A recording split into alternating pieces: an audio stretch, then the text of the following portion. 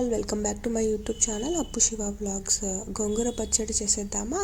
First అయితే ఒక కట్ట గోంగూర తీసుకొని బాగా వాష్ చేసుకొని పక్కన పెట్టుకోవాలి. ఇక్కడ ఒక కడాయిలో 2 టేబుల్ స్పూన్స్ ఆఫ్ ఆయిల్ వేసుకొని గోంగూరని అయితే యాడ్ చేసుకొని బాగా మిక్స్ చేసి వేయించుకోవాలి.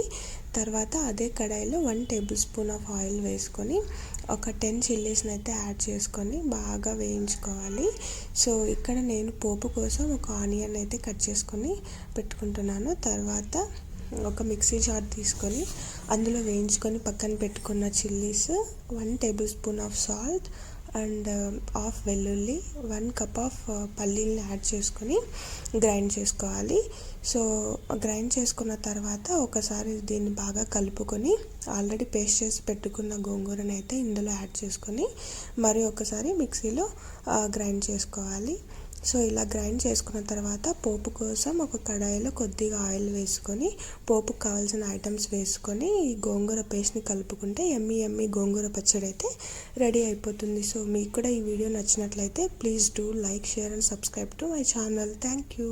బాయ్.